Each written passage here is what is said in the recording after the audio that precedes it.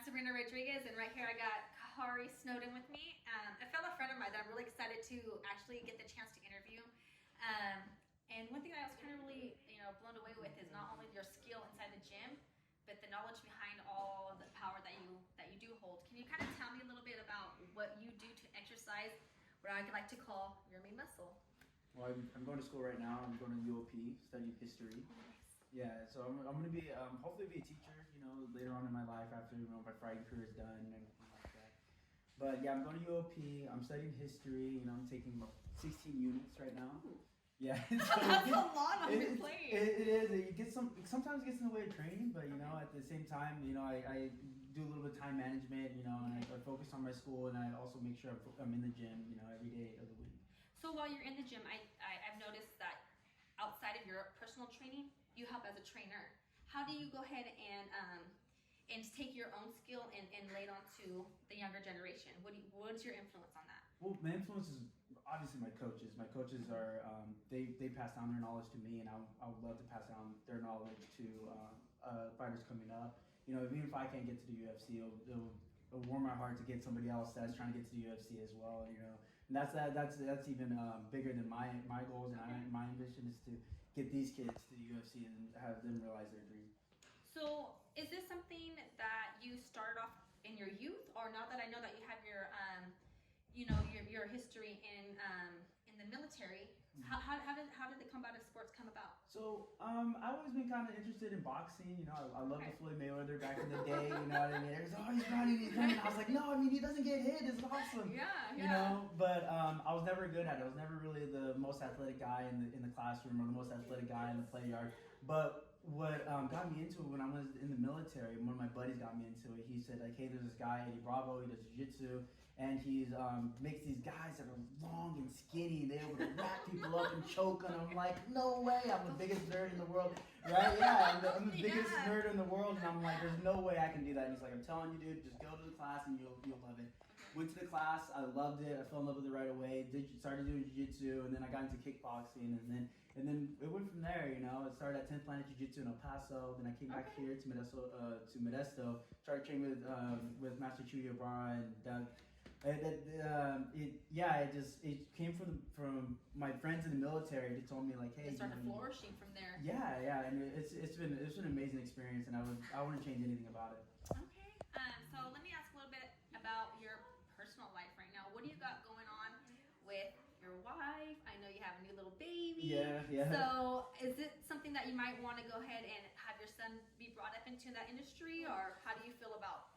Yeah, so I mean, obviously he can do whatever he wants to do when he grows up. I'm taking one step at a time. He's only 3 months old, so I'm not really like you know what I mean? You ain't putting the mittens on there. These are the gloves, son. These are the gloves. Little baby mitts, no. Nothing like that, no. But I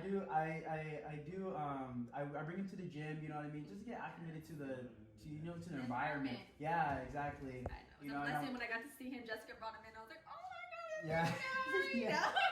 But what's really interesting is like, I want if he starts training, I want people to say, hey, when did you start training? He's like, I don't even remember when I started training. My dad brought me in the gym when I was 3 months, 4 months old. There's pictures of me there, and I kind of want him to have that experience to be able to tell somebody that. And if he doesn't want to train, then by all means. But at least I could say something like at least 6 months. 6 months, you know what I mean? Just so he can defend himself, outside of the gym or whatever. Just give him 6 months, and if he doesn't want to compete, that's fine. So, and that's the thing with self-defense versus competing. How do you feel? Do you feel that it's necessary for people to learn self-defense? I do feel that you should learn how to defend yourself. Yeah. You know what I mean? It's just like everybody says, like, oh, we're just like, we gotta have a firearm, we gotta carry something, you know what I mean? But I think that what's cool is like, you could be a walking firearm, you know what I mean? If someone wants to come up, right? Someone wants to come up. If someone wants to come up to you, you can just, you know what I mean? You can defend yourself properly. So let me touch a little bit. I remember you used the term "you're nerdy." You know what I mean? Yeah. And being able to defend. Was there any time, a point in your life where you felt like you were ever bullied, or that you felt like you needed to learn those skills, and that's why you did go into the combative sport? Well, everybody was bullied, right? Right. Everybody has that story. You got a story, though? Everybody has that story of, Big Jimmy coming and taking your lunch money. Oh, it was a Jimmy. Because I was hungry that day. But no, not really.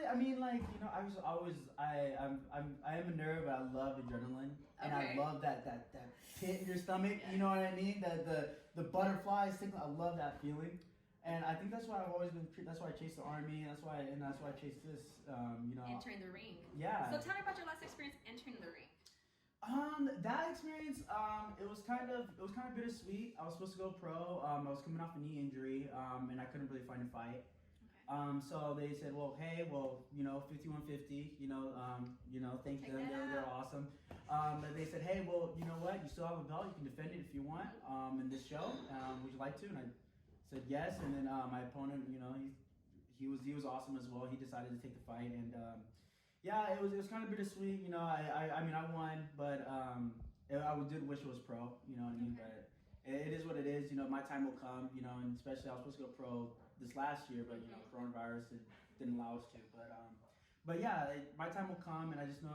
My coach told me, like, hey, you gotta be patient, and when your time comes, your time comes. So with coronavirus having everybody on a loop and kind of maybe off focus. Some of us are really off focus. How are you maintaining to keep your goals in line? So yeah, I mean I train. I try to train about 3 to 5 days a week. No matter what. And I know I'm not taking any fights anytime soon, especially with a newborn in my school. But I know that I gotta maintain at least some level of skill and athleticism. And there's been a couple of times where I've been slacking and I like my weight gets above and I'm like, oh man, I need to chill out on the Oreos, right? And Thanksgiving's coming up, no? Yeah, right. But I do. I mean, I can hear your mom in the kitchen right Yeah, now. I know yeah. she's whipping up something. Yeah. It'd be like that here, Yeah. But I do make sure that I know where I want to go next year. I want to fight 3 to 4 times next year. Nice. That's nice. Yeah. Really good goals right there to have. Yeah, And I'm excited to see you out there. So right now, is there anything that you would tell any young fighters that are trying to stay focused and stay active during this this pandemic? Is there anything advice that you would give them? I would say train more. Number one, no matter what you're doing. You're saying I'm training 7 days a week, coach. Train 7.5 days a week, right? Double up. Yeah, double up days. Yep, exactly. And another thing is be creative, because I mean a lot of times you can't get to the gym. There's just gyms are going to be closed. So be creative. You have your living room. Move your stuff around. Shadow box a little bit. To go on a run, get on your bike. Do something just as long as you're staying active. You know what I mean? Go on a walk. With your dog or something. Be creative. I don't just say, well, I can't go to the gym and just go sit here and play video games, right? That's what I did the first 3 months. I was like, can't go to the gym, coach. Yes, I'm just sitting here, on Call of Duty, right? Yeah. But no, yeah, be creative is going to be is one really important thing. Lessons they need to learn now, because when they get because there's going to be times when you go to a fight, you go somewhere else where you can't find a gym to cut weight, you can't find a sauna to cut weight. How are you going to do it? You know what I mean? You're gonna get your chair, do your step ups, do your shadow boxing, put on a sweatshirt. You're gonna get creative real fast. Yeah. So it's better to learn how to get creative now before you're actually 300 miles away from home in a fight where you're gonna have to make weight in a couple hours. So talking about weight, how do you healthily prepare for cutting weight? I don't have to prepare. I just eat like whatever I want. You don't want to know? No, I'm just kidding. Outside of camp, I generally eat whatever I want. I have a fast metabolism, and everybody makes fun of me for it. But inside of camp, I have the biggest sweet tooth ever, and my wife gives me so much crap for just like always wanted. I wanted like cookies, pizza, cake. But her baby wants her baby Yeah, gets. I want it all. But you know what? She makes my meals for me. So so she makes my meals. We do meal prep 5 days a week, and then Saturdays, Sundays.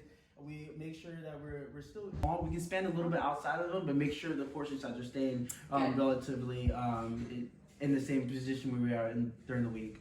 But yeah, I usually cut to about 5 pounds, within 5 pounds the week of the fight.